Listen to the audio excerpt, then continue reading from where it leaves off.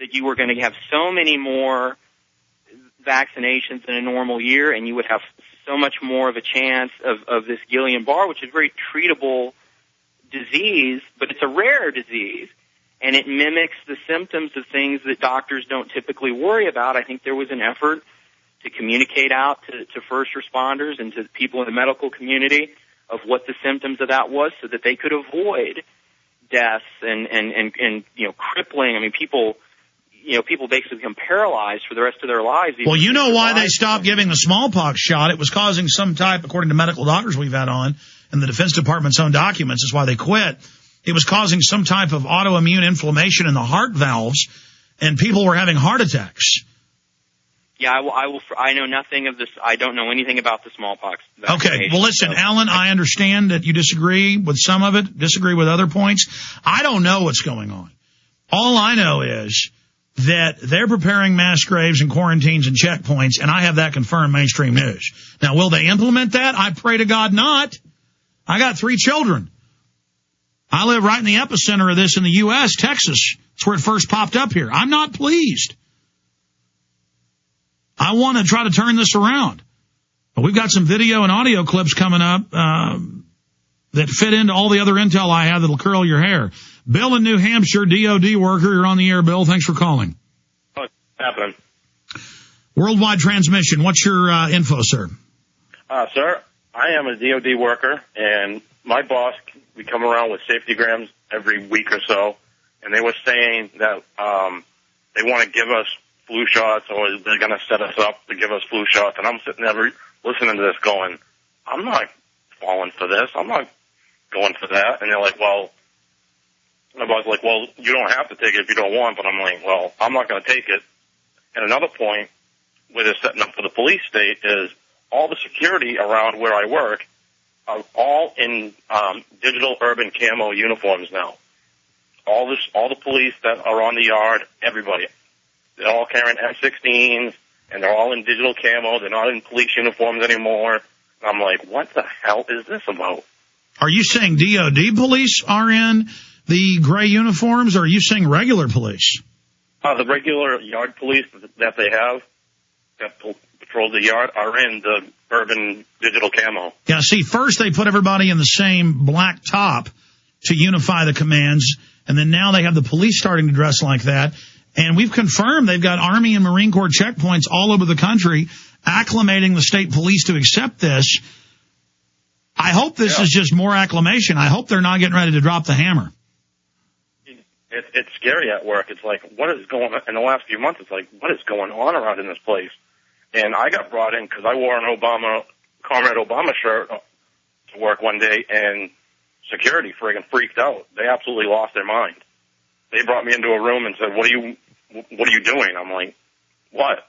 You can't wear a shirt like that to a government installation. I go, it's my freedom of speech. I can wear what I want.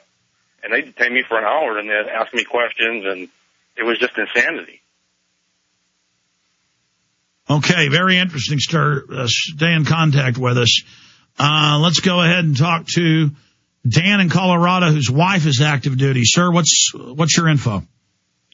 Well, my wife hasn't been told that she has to take it yet, but we do know from the meeting where the CDC meeting in Denver a few weeks ago, where the Pentagon representative actually stated, that all military will have to take it. So it doesn't matter what state you're in. If you're DOD, you're going to take it.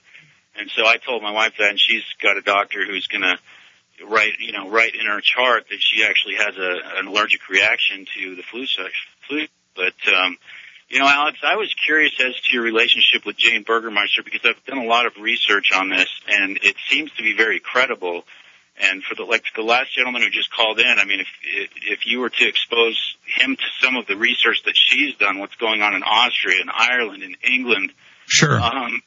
Just to be clear, and she's a fine lady, before she went public, we were covering back in January and February and March the bird flu. That was in Bloomberg. That was in the London Telegraph. It was in the news that the bird flu vaccine, that live weaponized bird flu was mixed with some of the vaccine material in 14 different countries, and the Czech Republic found it. So we have reported that. I have worked getting her on the show. One day, some stuff came up. We got our time zones messed up. I didn't have her on. Then that was kind of taken not in a positive way, so I just backed off.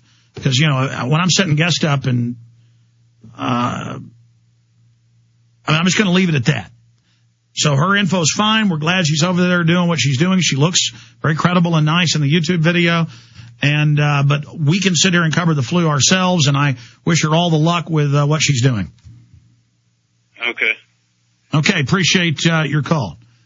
All right, we're going to go to break and come back. But people keep emailing me saying, why don't you talk about the bird flu? We were the big show here in the U.S. that really pushed that out in the open, got it on Coast to Coast AM. We've been covering the whole bird flu situation over there before anybody else really was.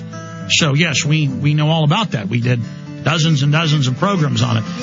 We'll be right back, ladies and gentlemen. Stay with us.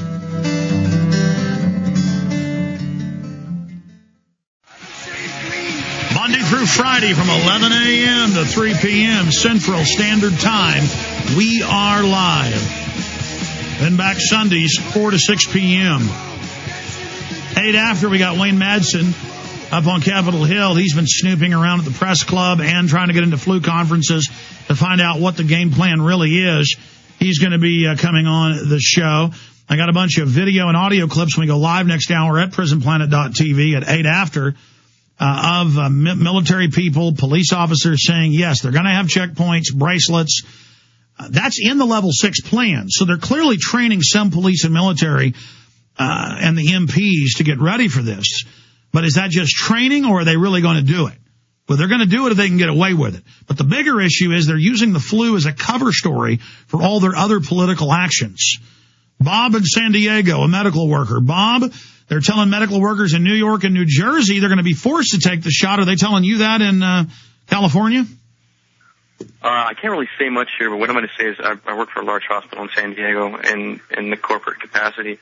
There's no interface between myself and anyone who's sick. What the deal is basically we got a notice this morning saying that if we don't take the shot, what happens is we have to go to a special class that'll show us how to wear these respirators, and we have to wear them daily to work. So, So you have to wear respirators for a flu that's a light flu. It's just all part of fear-mongering and creating this hypochondriac society. But don't worry, Homeland Security will save us. Yeah, well, you're preaching to the choir here. I'm not taking it. If I have to wear a mask, I have to wear a mask. I just, I don't see it being a good thing. What are the other medical workers saying? There's a few of us, that are, pretty outspoken about it at this point. But I just kind of wanted to say, it's UCSD Medical Center in San Diego. It's, if you guys want to call up, I think somebody needs to hassle these people because it's a big issue. If anyone wants to call the number, it's 619-543-6222. 619-543-6222. Well, it's over 55% of nurses in New York said in a poll they're not going to take it. It's higher than that in England. What are your coworkers saying? They're just going to submit to whatever shots the government says, or? I'd say 95%. Yeah, 98%. There's a few of us that are talking about it, and I don't think. I wonder why Americans are different. I wonder why the Brits say no, but we say yes. What happened to us? It's been a long road, it's just slowly, incrementalism, like you always say, that's how they're pulling this off. No one really even knows what's going on at this point, I think you're going to find it's more than 5% that are against it, because in New York, we're talking over half are saying they're not going to take it. Or who knows, there's some type of special spell they got over people in California. It's like another planet, but, my God, what are your other coworkers saying that don't like it? Well, they're pretty much hip to the whole program. If you learn about one thing, everything else sort of falls into place. It's other people who listen to your show.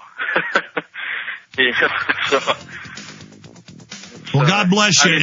Anything else you want to add, Bob? Well, they're making the alternative. I mean, I just want to point out the alternative is that you have to wear a mask to work every day, and it's going to be, that's no fun, you know. And there's a special class that you have to go to learn how to use the mask and everything. I mean, it's. Yeah, next they'll try to make you wear yellow stars. It's all part of the medical dictatorship, just like Nazi Germany.